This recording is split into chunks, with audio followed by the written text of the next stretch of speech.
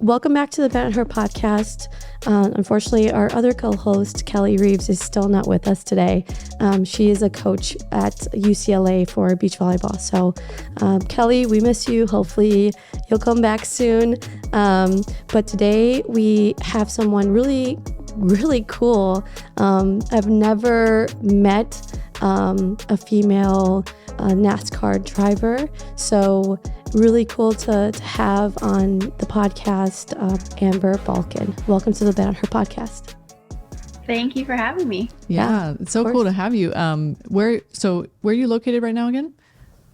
So I'm from Canada, but I live in Charlotte, North Carolina. Nice. Yeah. I know North Carolina is kind of a big hub for NASCAR and motorsports, right? Yeah, absolutely. The NASCAR headquarters are here. All the NASCAR race shops are here and race teams are here. So I'm about 20 minutes away from my race shop. And so, yeah, basically, if you want to be a NASCAR driver, you got to live in North Carolina. Yeah, that's pretty amazing. I just for a little context on my experience with NASCAR, I obviously knew that there was a lot that went into it, but I didn't really know how much went into the sport. And a few years ago, I went to my first NASCAR event in Fontana, and it was when Danica Patrick was still racing, and I got to meet her. And just being in the pit and watching this in person, I was just like, this is unreal. Like the amount of things and people that go into it, it's more than just the driver, right? You have a whole team behind you, and it's just the science and the technology. And so after that experience, I had such a deeper respect for what you guys do in motorsport. And so I'm just so excited to have you on here and to kind of learn more about not just you, but the sport. And just to shed light on something that I think a lot of, young females could aspire to be one day.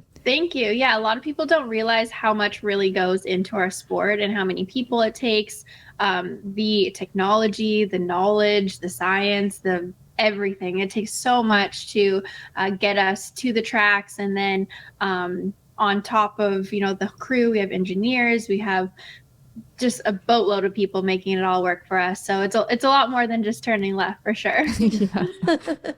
So why don't we start with taking us back to when, at the beginning of your racing career, it was age 10 was when you started, and what captured you about racing at such an early age in life? Yeah, so I'm a third generation race car driver. So my mom's father raced. My father still races to this day. And so my parents met at the track, had me, and I've been going to the track since I've been in my mom's belly. So it literally is in my DNA to be a race car driver. And I fell in love with it as soon as I knew what it was. Like, there's videos of me at 2 years old being like, I want to be a race car driver. And so finally at 10, after years and years of asking my dad, he finally said, okay, we can do this.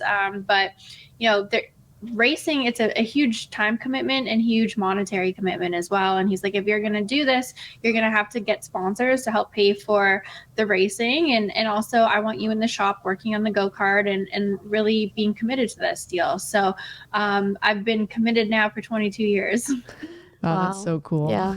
What about do you have any memorable experiences growing up, maybe watching your father race, or anything else that you might have seen that inspired you? Yeah, so I got to watch, I didn't get to watch my grandfather race, but I watched my dad race every single weekend. I watched my cousins race, my uncles race, because everyone basically in my family were race car drivers.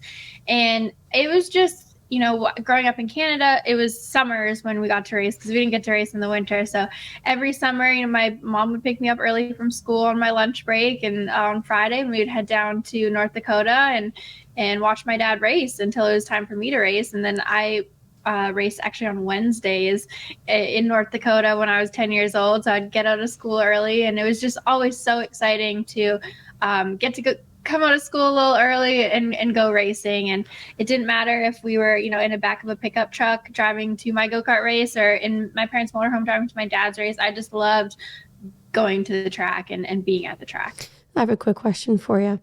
What was your first car? I'm so curious. Dana's a car person. I'm a huge car person. I love cars. I love working on cars. Yeah, so really you might laugh. It was a PT Cruiser. Those were popular. Yeah. Those were very popular. And they were like, I think I got it for like $2,500 or something like that. Like it was really cheap, and I totaled it within like the first couple months. It was winter time, and I was trying to show off, and PT Cruisers aren't meant for that. So Yeah. I totaled it pretty soon, and then I think my next car was like a Mazda Tribute. I've had tons of vehicles, but yeah, the first one was a PT Cruiser, and I felt cool at the time, but looking back, people are like, that was a lame car. I'm like, I felt cool at the time. I just think about all my cars and totaling one in high school too. You know, I mean, we've been there. Yeah. We thought we were cool. And Yeah. so I think what's so cool is that you're the only Canadian female in NASCAR currently, which is like, I mean, what a cool stat to have about yourself. And in 2016, I did read, you know, you're the first Canadian female to win a NASCAR sanctioned race in the US. So can you kind of describe not only the significance of that victory, but the significance of representing Canada to such an amazing extent? Yeah, I think, you know, in racing, I've always set goals for myself, and each time I accomplish one, I set another one. And being Canadian in NASCAR is very rare in itself. I'm one of about, I think, 2 full-time Canadians in all of the top 4 national NASCAR series. So, and one of, you know, just a handful of females. So to be able to represent my country is amazing. And to win that race at that time, you know, it felt great, but in my mind, that was a long time ago. So now I'm focused on what's next. What can I accomplish next? And my goal is to become the first female to win a ARCA Menard Series race. So right now I race in NASCAR's ARCA Menard Series. And a female's won in the regional series, but never in the national series. So my goal is to become the first and win in the national series. And not only would that do a lot for females, but for Canadians too. I think it just, I feel very blessed and very honored and grateful to be representing Canada in the States and really living my American dream. You know, I'm very proud to be Canadian, but when I am listening to the national anthem as I'm getting ready to hop in the car and looking at the flag, I feel a lot of gratitude, and it almost makes me emotional because it was, you can't just move to the States. You know, you have to get an immigration lawyer and a visa, and just to get down here and figure out the money to be able to pay the lawyers and all that kind of stuff was a feat in itself. So to just be down here living my dream is, for me, a mini accomplishment in itself. Yeah, for sure. That's awesome. Yeah. Can you kind of, just for listeners that maybe are kind of unaware of what your season looks like, can you give us kind of a rundown of, you know, when you start training, or when you, and maybe even what that training looks like, but kind of, I'd love to hear kind of what that looks like. Yeah, so we have a 10-month season, which is a lot longer than most sports. We go from February to November, and we don't, even in off season, we're still training every day. I mean, there might be guys who take a week or 2 off for family vacations or something like that, but I train pretty much 6 days a week, every single week out of the year. Even we have December and January off. Even in January, we're in the car testing at Daytona. We're in the gym. We're talking with our crew. We're still going to the shop, and then we race on weekends. But we still work Monday to Friday in going to the shop, meeting with sponsors, doing interviews, training, going on the simulators, looking at data. There's so much that goes into preparation during the week for these races that it really is like a 24-hour job. Yeah. I mean, and you got to have so much strength to be able to maneuver the vehicle going at the speeds you're going, and also the reaction time that you have to avoid accidents, to make adjustments, I'm sure. And I mean, I've seen all these videos on Instagram of, you know, some of these motorsport drivers and what they're doing, from something as simple as like dropping a tennis ball and having to catch it super fast, to neck strength training. So kind of, what are some of those things maybe that you're doing outside of just driving that are helping you in your career? Yeah, so we call that training our sensory. So there are certain programs we have. One of them is called SynapTech, and it's essentially like a computer program, and it has different I want to say games, training tools, I guess, that some are reaction time, some are near far distance, some are peripheral vision, on top of the more physical drills like the tennis balls, like you said, training our neck.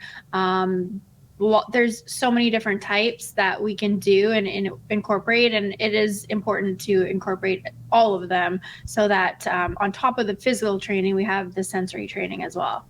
I noticed with, and maybe this also applies to NASCAR, but the Drive to Survive series, I noticed that they weigh the drivers, I think, before and after a race. Can you tell us why that is?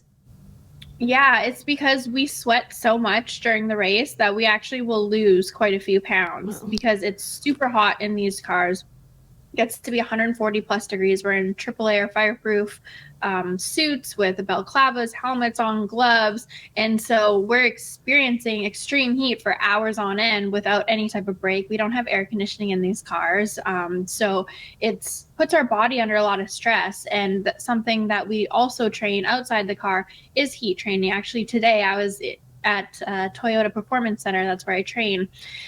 We have a heat room or heat lab. So today I spent 1 hour in the heat room. It's about, I think it was 140, 150 degrees with humidity in there. And we train for an hour straight just to get our bodies used to that heat so that when we experience it in the car, we don't die. We don't cripple and die.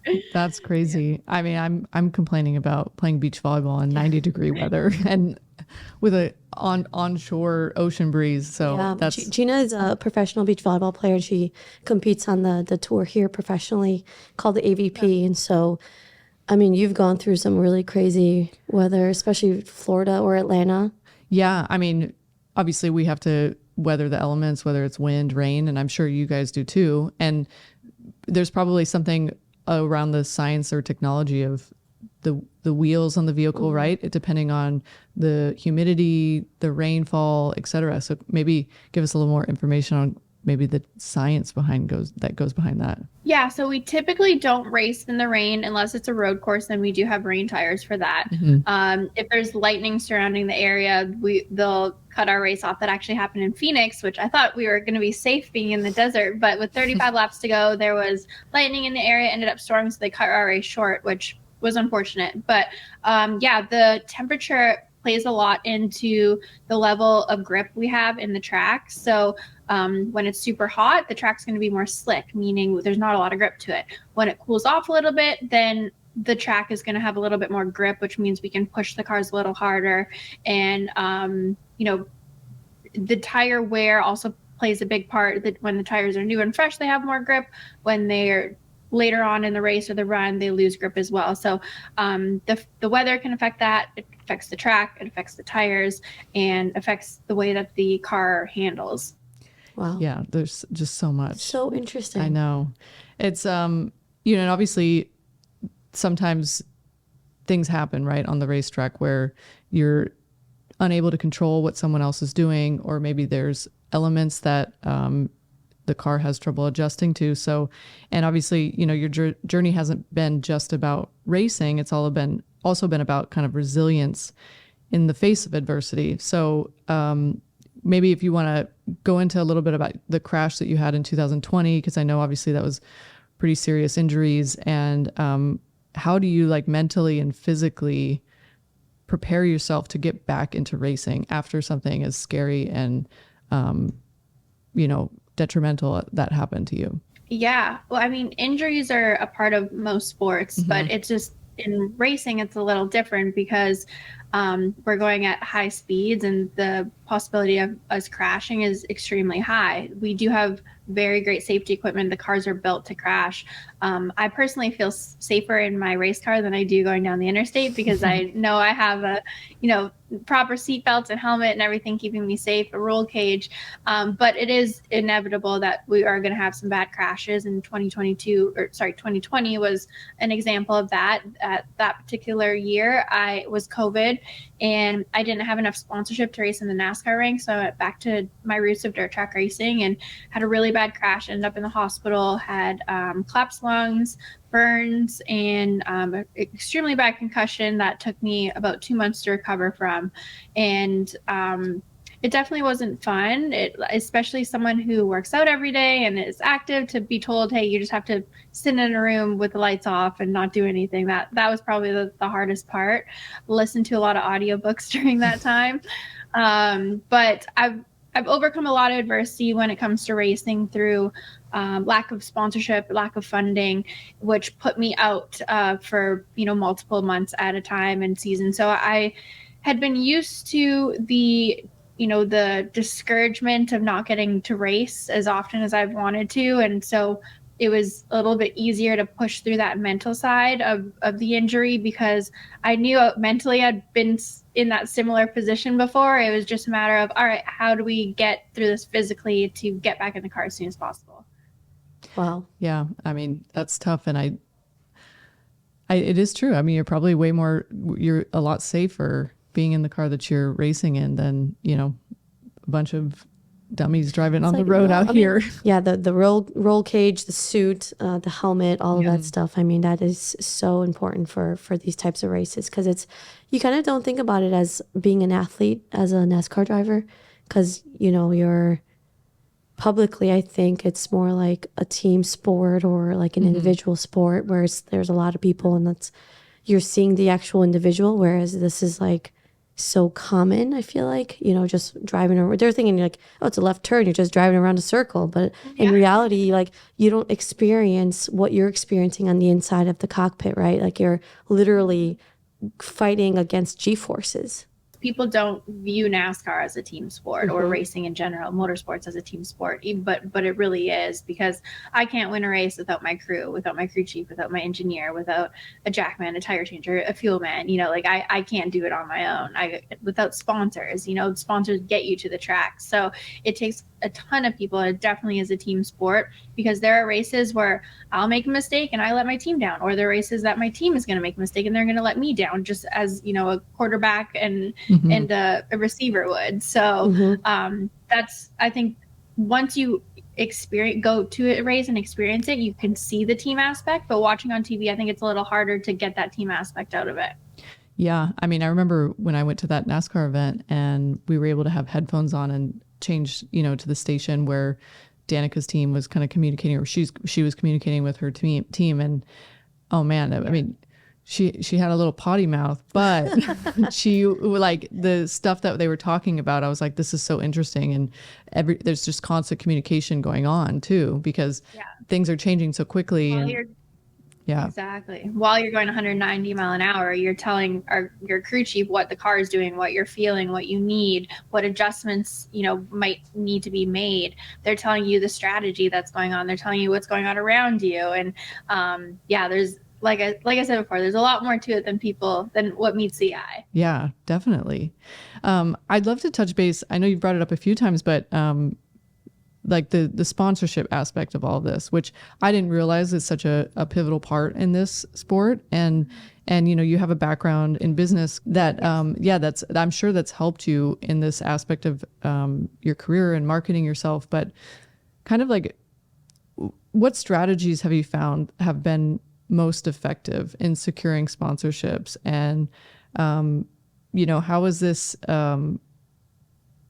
I don't know. I'm so interested, because like I myself as an athlete, sponsorships are huge in order for me to be able to fund my career. And I'm just interested in kind of like what strategies you found that have worked, and kind of like obviously the financial challenges that you face as a driver. Yeah, I think as far as strategies, it's super important when, trying to obtain sponsorship. It's super important to be authentic to who you are, have your brand be authentic to who you are, and then do a good job being able to tell your story, because marketers are storytellers, and people want to know why they should invest in you and how their brand fits your story. So I think being able to have a compelling story, which will kind of just come naturally for most people, like what is your truth, share people your truth of your story and be authentic about it. And I think that's a major aspect of it. And then that kind of draws people in. And then once you draw those sponsors in, it's okay, how can I provide value to them?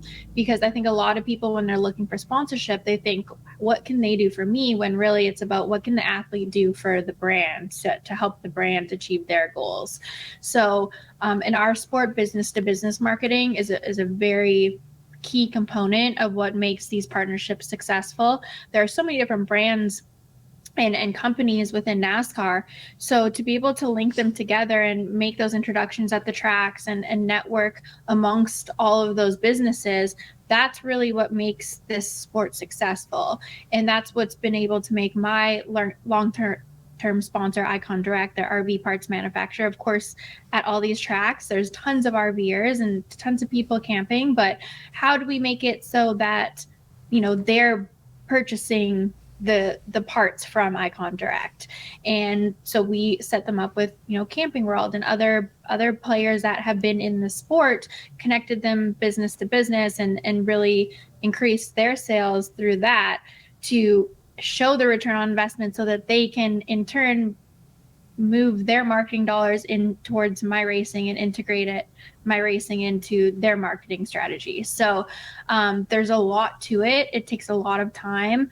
Like I said before, I've been doing this for 22 years. It's taken me 22 years to figure out the sponsorship side of things and the marketing side of things. There's a lot of strategy behind this.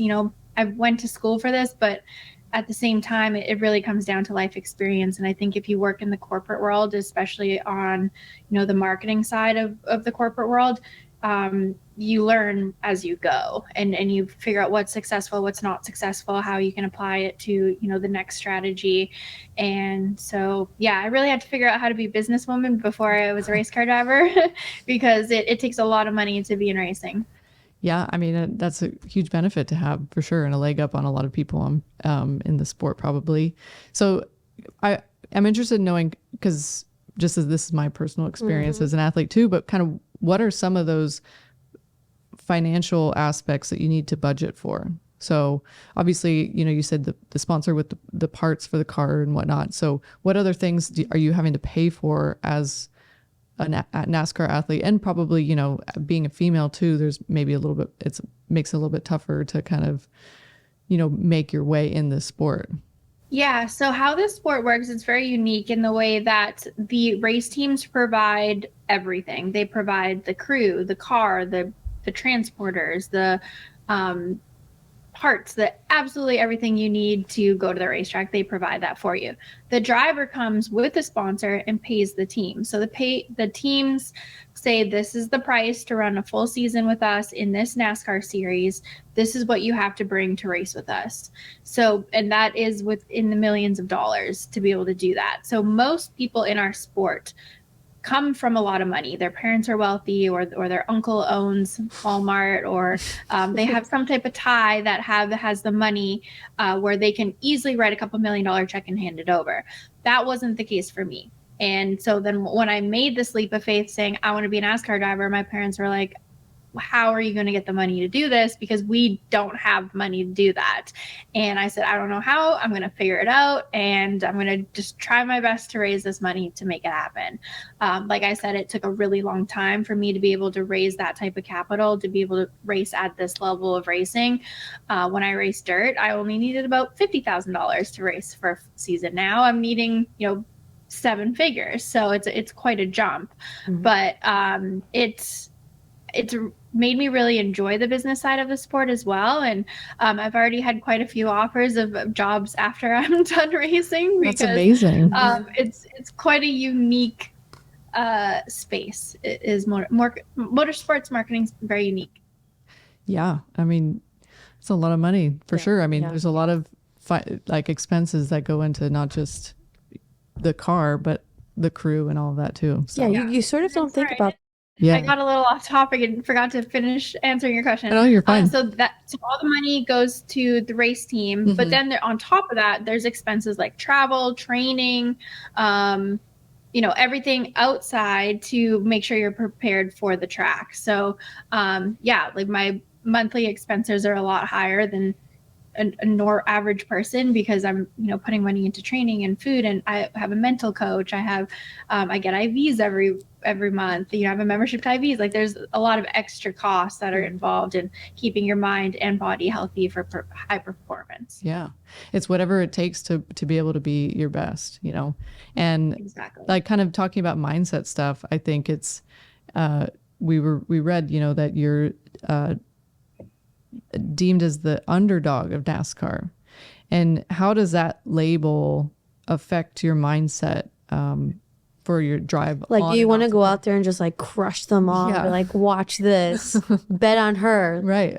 Yeah, absolutely. I think for most of my career, I've always felt behind the eight ball. I've never had the money. I've never had the experience. I've never had the seat time. And I'm finally at a place where, like, I have a full season now, and I have people helping me. It's not just me doing everything anymore. And I'm trying to shift that mindset to, I'm just a little girl from Canada, to, no, I'm here to not only compete, but to win races. And I think mindset is huge in sports, and to have the confidence in yourself and believe that you can do whatever you set out to do. And I think having the business background and gaining confidence from knowing that I can put multi-million-dollar deals together, that kind of helps my confidence. Like, okay, if I can do that, and that was really, really hard, then I can do well on the racetrack as well, and I can win races. But it doesn't matter how long you've been playing sports and how many races you won or games you won. Keeping confidence as an athlete is something that's difficult to do, and it's a muscle in your brain that you need to continuously work. And how I do that is I read, self-help books, motivation books, thinking, mental performance books, listen to podcasts, anything I can do to keep my mental state up and positive and confident. So, and, realize that if I have a bad race, hey, that was one race, put it behind me. Let's focus on the next one, prepare the best I can, and go out there with a positive attitude, and, have the people believe in me that are around me. So it's like working out. It's constantly something you have to work on. Mindset is extremely important. Yeah, I feel like because when you're racing a car, there's only so much you can control, right? There's so many external factors. Like, you don't know how somebody else has prepared, and you don't know if they've had a bad day. You don't know if, like, they didn't have enough hours of sleep, for example, and just like one wrong move, you have to be on your guard. You have to be so aware of your surroundings and alert. And I just, like, that plays such a huge role, because, like, you can only control what you can control. And that is literally just preparation, right? Like, the amount that you invest in yourself is the amount that you could put out there. Yeah. Yeah. I think, mindset is huge. Yeah. And I agree with what you said. You've talked about this a lot. Yeah. I work with a sports psychologist as well. And, he's, it's like your brain is a muscle, and just like you were saying, you have to continuously train it, just like you're training muscles in your body, or in the weight room or whatever it is. Like, all of that is so applicable. And I think the kind of, like, not dwelling too much on your previous race, but maybe taking a couple things that you learned from it and then moving on to the next one. Like, that's a great mindset and mentality to have. And, some days are easier than others. Like, I've had days where I'm struggling, and, but you just continuously work on it, and you continue to, like, read new things and hear from other experts, and all of that's really good inspiration, I think. So, super important to have. And I also think that you probably deal with, some challenges and stereotypes associated with being a woman in motorsport in general. So maybe if you've had any instances where, you've had challenges of dealing with men in the industry, or how have you kind of been able to overlook that and bypass some of those stereotypes? Yeah, I've definitely had my challenges throughout the years, but I would say for the most part, I feel like I've been treated pretty fairly.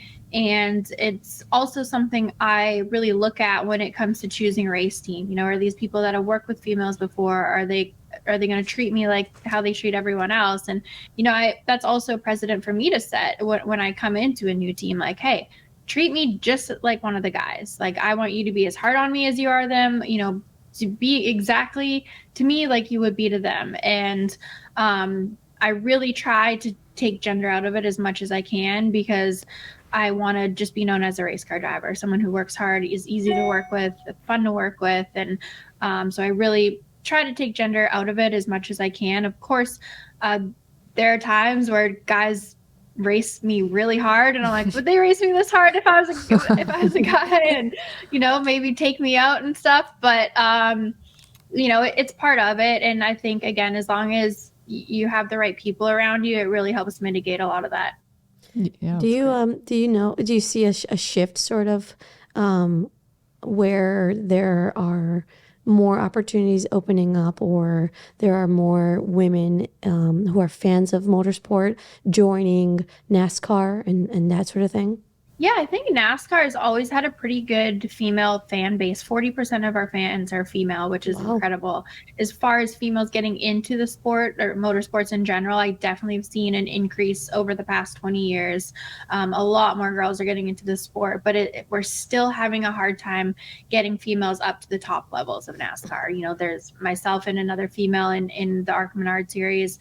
We have one female in the NASCAR Xfinity series that was in truck last year, but we still do not have any females in the NASCAR Cup series, which is the top series of NASCAR. So what that's going to take is funding. Just how everyone else gets to the top is funding and talent. But the thing with racing is you can't work on your skills and better your skills and show that talent without money behind you, because even practicing can cost $10,000-$20,000 to practice for a day. So the only way we can get better is by having more money invested in us. So I think that's really what it's going to take to see a female at the top, is more investment. It's interesting because I refer back to Drive to Survive, because that's what's out there right now on Netflix. But I've seen it actually through the show where Lewis Hamilton has been dominating Mercedes F1 for so many years, right? And then they changed the rules. F1 changes the rules with how they build a car and kind of leveled the playing field. And so then all of a sudden, all the other teams like Red Bull and McLaren start to get a lot more sponsorship, and suddenly they're at the top of the rankings. And now Mercedes has dropped down, and all of it, because the talent hasn't changed. The only thing that's changed is the funding. And so with the funding, that means you could hire more people, scientists, data scientists, to focus on aerodynamics, and just off by centimeters, just adjusting a screw here or there can literally millimeters, and it can change the outcome of a race. And that is so fascinating that you say that. So it's just, I guess, bringing more awareness to the sport and bringing more awareness to you as an athlete in NASCAR, for example, and just racing, just any motorsport, I think, would be a big boost in gaining movement in the ranks, Yeah, for sure.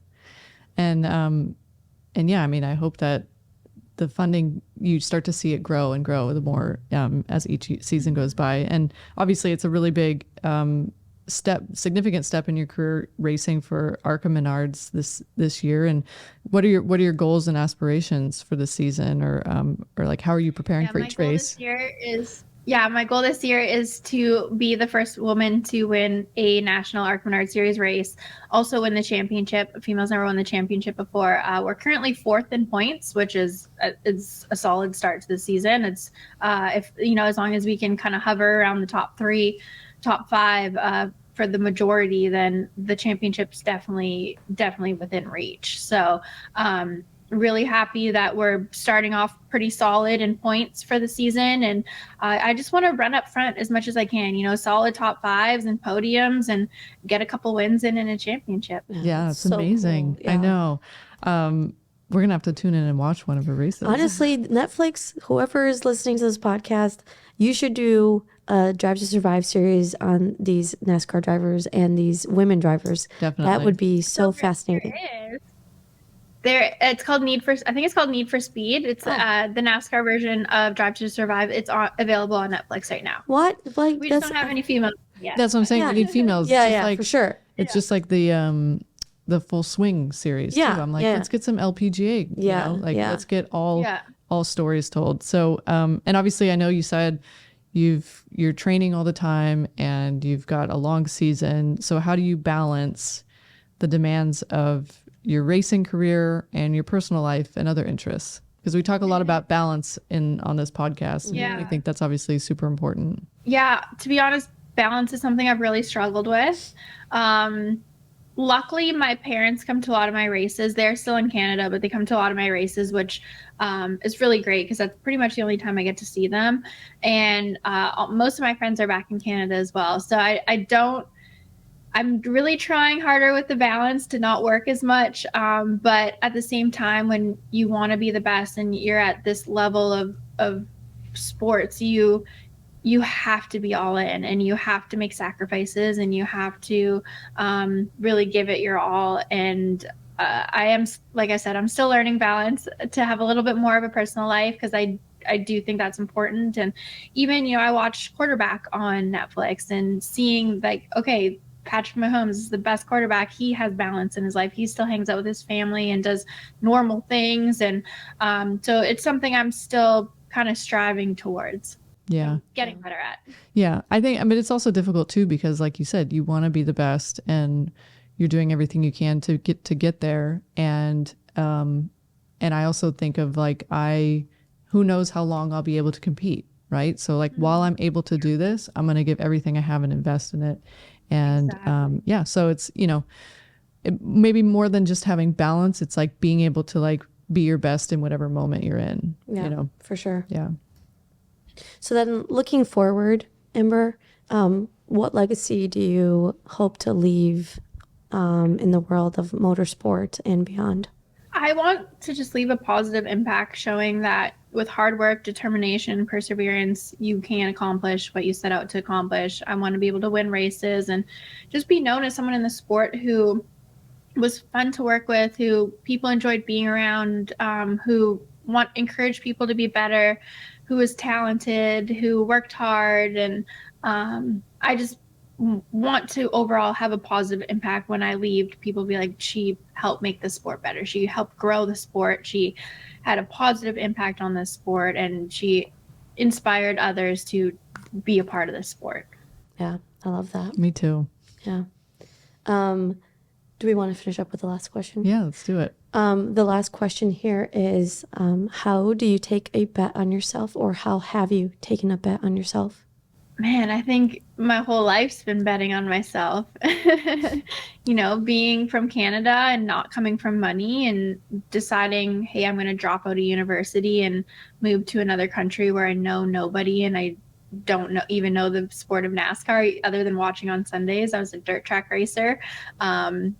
To take that big leap of faith and not knowing, nothing's guaranteed. You can work your butt off for years and years. It doesn't mean you're going to achieve what you're going to achieve or what you want to achieve. So I think I had to majorly bet on myself and just believe in my potential that I could do this. And I think if you just never stop working at it and learn from your lessons and be good to people, eventually you'll get where you want to go.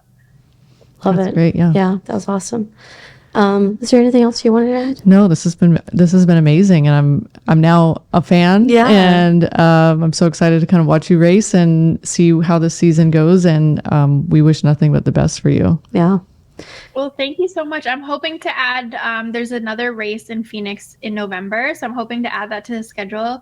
If we are able to add it, then I'd love for you girls to come. Oh my God. I would love that. I would We would drive do there it. in a heartbeat. Road trip. I'm going to drive with my Yeah, we're in. Cybertruck. Cybertruck, let's road trip it all the way over there.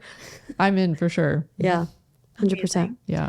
And then if there's anything on your heart or mind that you want to share with us here in the room or with the listeners, the mic is yours. We could just end it here if you want, but it's up to you. Yeah, I think it's just super important to believe in yourself, believe that you're worthy of living the life you want to live. I think when we're younger, we all have that vision of our lives of this is what I want my life to look like, but things happen, obstacles get put in the way, and we start to doubt that vision for ourselves, and we start to settle for what's in front of us instead of continuing to go after what we truly want.